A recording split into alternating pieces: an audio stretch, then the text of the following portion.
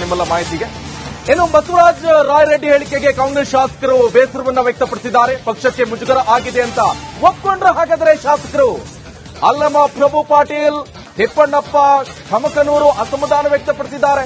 ಶಾಸಕ ರಾಯರೆಡ್ಡಿ ಆ ರೀತಿ ಹೇಳಿಕೆ ಕೊಡಬಾರ್ದಾಗಿತ್ತು. ಈ ಬಗ್ಗೆ ರಾಯರೆಡ್ಡಿ ಸಿಎಂ ಬಳಿ ಮಾತನಾಡಬೇಕು ಅಂತ ಸ್ವತಃ ಕಾಂಗ್ರೆಸ್ ಪಕ್ಷದ ಶಾಸಕರು ಹೇಳ್ತಾ ಇದ್ದಾರೆ, ಬೇಸರವನ್ನು ವ್ಯಕ್ತಪಡಿಸಿದ್ದಾರೆ. ನಮ್ಮ ಜೊತೆ ಕಾಂಗ್ರೆಸ್ ಶಾಸಕ ತಿಪ್ಪಣ್ಣಪ್ಪ ಕಮಕೂರು ಇರುವಂತದ್ದು. ಸರ್, ಇವತ್ತು ಬಸವರಾಜ ರಾಯರೆಡ್ಡಿ ಅವರು ಒಂದು ಹೇಳಿಕೆಯನ್ನು ಕೊಟ್ಟಿದ್ದು ನನ್ನ ಜಿಲ್ಲೆ ಕಾರ್ಯಕ್ರಮದಲ್ಲಿ. ಭ್ರಷ್ಟಾಚಾರ ಈಗಲೂ ಕೂಡ ಇದೆ, ಕರ್ನಾಟಕ ನಂಬರ್ 1 ಭ್ರಷ್ಟಾಚಾರ ಆಗಿದೆ, ಭ್ರಷ್ಟಾಚಾರ ನಿಲ್ಸಕ್ಕೆ ಸಾಧ್ಯ ಆಗಿಲ್ಲ ಅಂತ ಏನ್ ಅನ್ಸುತ್ತೆ?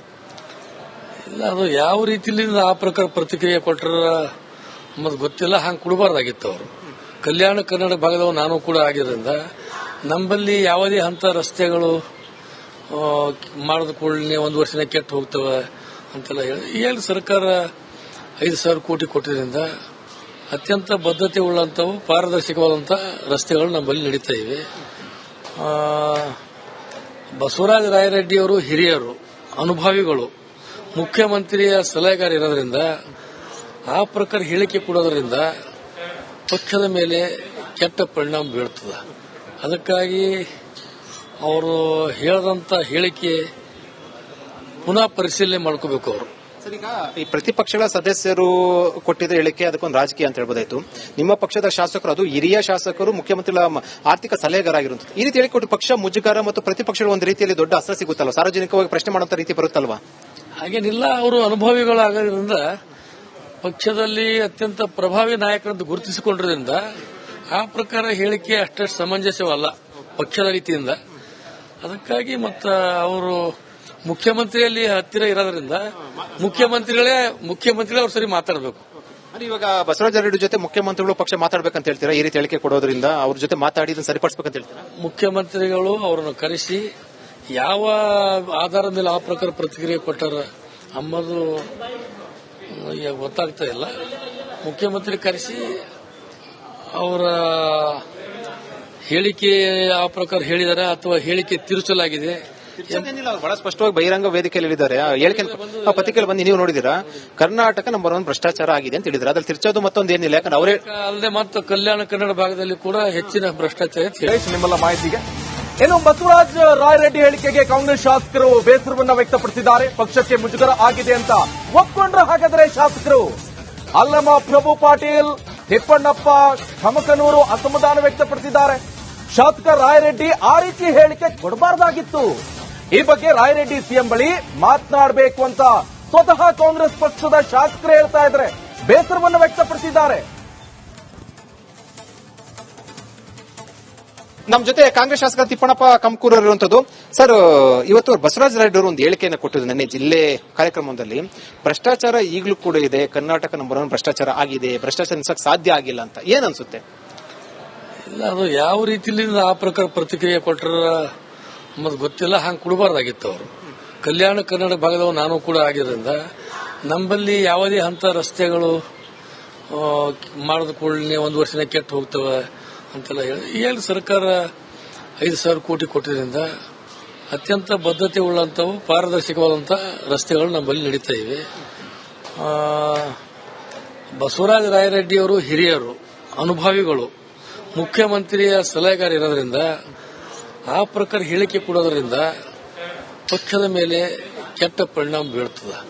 ಅದಕ್ಕಾಗಿ ಅವರು ಹೇಳದಂತ ಹೇಳಿಕೆ ಪುನಃ ಪರಿಶೀಲನೆ ಮಾಡ್ಕೋಬೇಕು. ಅವರು ಸರ್, ಈಗ ಈ ಪ್ರತಿಪಕ್ಷಗಳ ಸದಸ್ಯರು ಕೊಟ್ಟಿದ್ದ ಹೇಳಿಕೆ ಅದಕ್ಕೊಂದು ರಾಜಕೀಯ ಅಂತ ಹೇಳ್ಬೋದಾಯ್ತು. ನಿಮ್ಮ ಪಕ್ಷದ ಶಾಸಕರು, ಅದು ಹಿರಿಯ ಶಾಸಕರು, ಮುಖ್ಯಮಂತ್ರಿಗಳ ಆರ್ಥಿಕ ಸಲಹೆಗಾರ ಆಗಿರುವಂತಹ ಈ ರೀತಿ ಹೇಳಿಕೊಟ್ಟು ಪಕ್ಷ ಮುಜುಗರ ಮತ್ತು ಪ್ರತಿಪಕ್ಷಗಳು ಒಂದು ರೀತಿಯಲ್ಲಿ ದೊಡ್ಡ ಅಸ್ತ್ರ ಸಿಗುತ್ತಲ್ವ, ಸಾರ್ವಜನಿಕವಾಗಿ ಪ್ರಶ್ನೆ ಮಾಡುವಂತ ರೀತಿ ಬರುತ್ತಲ್ವಾ? ಹಾಗೇನಿಲ್ಲ. ಅವರು ಅನುಭವಿಗಳಾಗೋದ್ರಿಂದ ಪಕ್ಷದಲ್ಲಿ ಅತ್ಯಂತ ಪ್ರಭಾವಿ ನಾಯಕರಂತ ಗುರುತಿಸಿಕೊಂಡಿರೋದ್ರಿಂದ ಆ ಪ್ರಕಾರ ಹೇಳಿಕೆ ಅಷ್ಟೇ ಸಮಂಜಸವಲ್ಲ ಪಕ್ಷದ ರೀತಿಯಿಂದ. ಅದಕ್ಕಾಗಿ ಮತ್ತ ಅವರು ಮುಖ್ಯಮಂತ್ರಿಯಲ್ಲಿ ಹತ್ತಿರ ಇರೋದ್ರಿಂದ ಮುಖ್ಯಮಂತ್ರಿಗಳೇ ಅವ್ರ ಸರಿ ಮಾತಾಡಬೇಕು. ಇವಾಗ ಬಸವರಾಜ ರೆಡ್ಡಿ ಜೊತೆ ಮುಖ್ಯಮಂತ್ರಿಗಳು ಪಕ್ಷ ಮಾತಾಡಬೇಕಂತ ಹೇಳ್ತೀರಾ? ಈ ರೀತಿ ಹೇಳಿಕೆ ಕೊಡೋದ್ರಿಂದ ಅವ್ರ ಜೊತೆ ಮಾತಾಡಿ ಇದನ್ನು ಸರಿಪಡಿಸಬೇಕಂತ ಹೇಳ್ತೀರಾ? ಮುಖ್ಯಮಂತ್ರಿಗಳು ಅವರನ್ನು ಕರೆಸಿ ಯಾವ ಆಧಾರದ ಮೇಲೆ ಆ ಪ್ರಕಾರ ಪ್ರತಿಕ್ರಿಯೆ ಕೊಟ್ಟಾರ ಅನ್ನೋದು ಗೊತ್ತಾಗ್ತಾ ಇಲ್ಲ. ಮುಖ್ಯಮಂತ್ರಿ ಕರೆಸಿ ಅವರ ಹೇಳಿಕೆ ಆ ಪ್ರಕಾರ ಹೇಳಿದಾರೆ ಅಥವಾ ಹೇಳಿಕೆ ತಿರುಚಲಾಗಿದೆ. ಏನಿಲ್ಲ, ಬಹಳ ಸ್ಪಷ್ಟವಾಗಿ ಬಹಿರಂಗ ವೇದಿಕೆಯಲ್ಲಿ ಹೇಳಿದ್ದಾರೆ. ಹೇಳಿಕೆ ಪತ್ರಿಕೆಯಲ್ಲಿ ಬಂದು ನೀವು ನೋಡಿದಿರಾ, ಕರ್ನಾಟಕ ನಂಬರ್ 1 ಭ್ರಷ್ಟಾಚಾರ ಆಗಿದೆ ಅಂತ ಹೇಳಿದ್ರೆ ಅದ್ರಲ್ಲಿ ತಿರ್ಚೋದು ಮತ್ತೊಂದು ಏನಿಲ್ಲ. ಯಾಕಂದ್ರೆ ಅವರೇ ಅಲ್ಲದೆ ಮತ್ತು ಕಲ್ಯಾಣ ಕನ್ನಡ ಭಾಗದಲ್ಲಿ ಕೂಡ ಹೆಚ್ಚಿನ ಭ್ರಷ್ಟಾಚಾರ ಇದೆ. ನಿಮ್ಮೆಲ್ಲ ಮಾಹಿತಿಗೆ ಇನ್ನು ಬಸವರಾಜ ರಾಯರೆಡ್ಡಿ ಹೇಳಿಕೆಗೆ ಕಾಂಗ್ರೆಸ್ ಶಾಸಕರು ಬೇಸರವನ್ನ ವ್ಯಕ್ತಪಡಿಸಿದ್ದಾರೆ. ಪಕ್ಷಕ್ಕೆ ಮುಜುಗರ ಆಗಿದೆ ಅಂತ ಒಪ್ಕೊಂಡ್ರೆ ಹಾಗಾದ್ರೆ ಶಾಸಕರು ಅಲ್ಲಮ ಪ್ರಭು ಪಾಟೀಲ್, ತಿಪ್ಪಣ್ಣಪ್ಪ, ಖಮಕನೂರು ಅಸಮಾಧಾನ ವ್ಯಕ್ತಪಡಿಸಿದ್ದಾರೆ.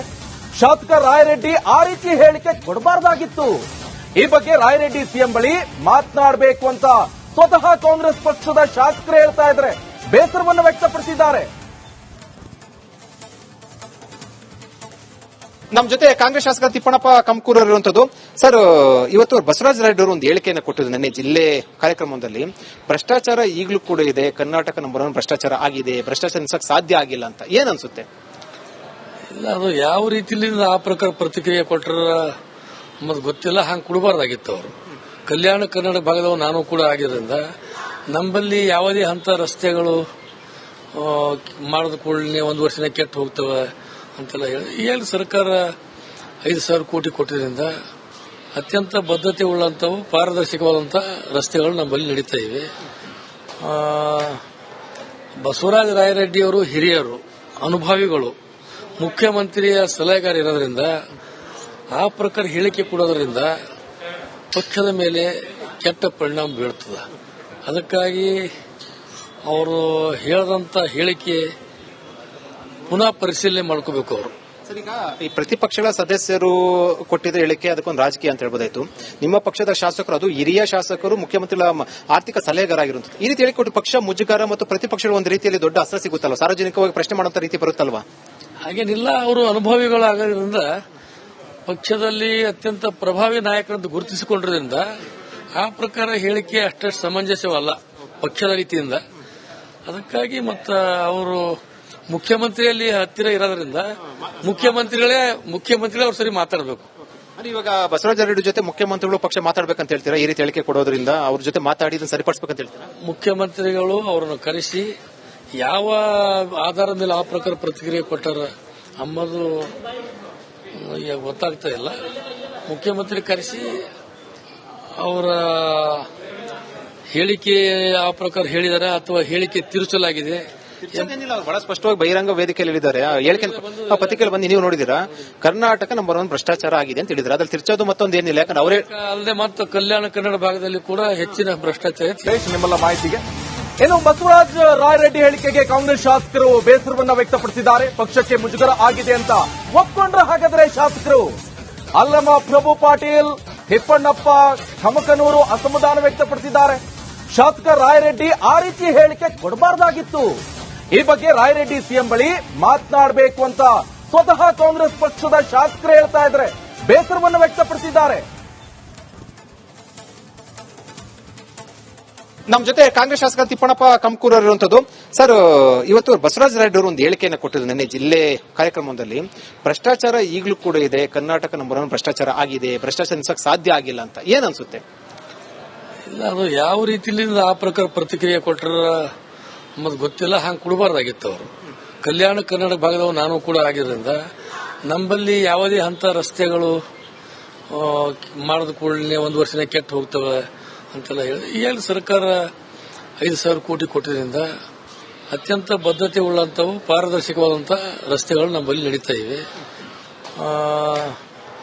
ಬಸವರಾಜ ರಾಯರೆಡ್ಡಿ ಅವರು ಹಿರಿಯರು, ಅನುಭವಿಗಳು, ಮುಖ್ಯಮಂತ್ರಿಯ ಸಲಹೆಗಾರ ಇರೋದ್ರಿಂದ ಆ ಪ್ರಕಾರ ಹೇಳಿಕೆ ಕೊಡೋದ್ರಿಂದ ಪಕ್ಷದ ಮೇಲೆ ಕೆಟ್ಟ ಪರಿಣಾಮ ಬೀಳ್ತದೆ. ಅದಕ್ಕಾಗಿ ಅವರು ಹೇಳದಂತ ಹೇಳಿಕೆ ಪುನಃ ಪರಿಶೀಲನೆ ಮಾಡ್ಕೋಬೇಕು ಅವರು.